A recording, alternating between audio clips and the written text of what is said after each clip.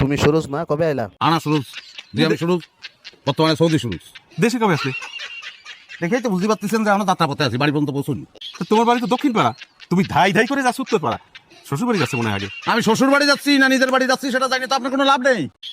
শ্বশুর বাড়ি কিংবা নিজের বাড়ি, দুই বাড়ির কোনো বাড়িতেই আপনার দাওয়াত হবে না, সে ব্যাপারে আমি নিচ্ছি। ধরেন একটা খেজুর কান দিনি, তোমার ক্ষেত্রে তুমি খাও। এটা কি পালেন আপনি? বুঝতে পারতেছেন, তামরুয়াল বরকতি, বরকতময় ফল, ডাইরেক্ট সৌদি চাইছে, নবীর দেশের ফল। আর খেজুর খাওয়া হচ্ছে সুন্নত, সেটা অ্যাভয়েড করেছেন আপনি। তো কথা আপনি ঠিকই বলেছেন, যাচ্ছি শ্বশুর বাড়ি, কারণ এই শ্বশুরে আমার বুঝিয়ে দেওয়া দরকার আছে যে আমি সুরুজ কিটা। আমি সুরুজ যেটা বলি সেটা করে ছাড়ি। আমি সুরুজ সৌদি জাতি চাইছি, সেটা যে আমি ছাড়িছি, এটা আমার তাহলে বুঝিয়ে দেওয়া দরকার। বাকি বাকি মানে কি? এটা একটা গালি, শ্বশুরে গালি দিলাম। আরবিতে গালি আছে? আরবিতে সব আছে। তো গালি কিসের জন্য দিলা?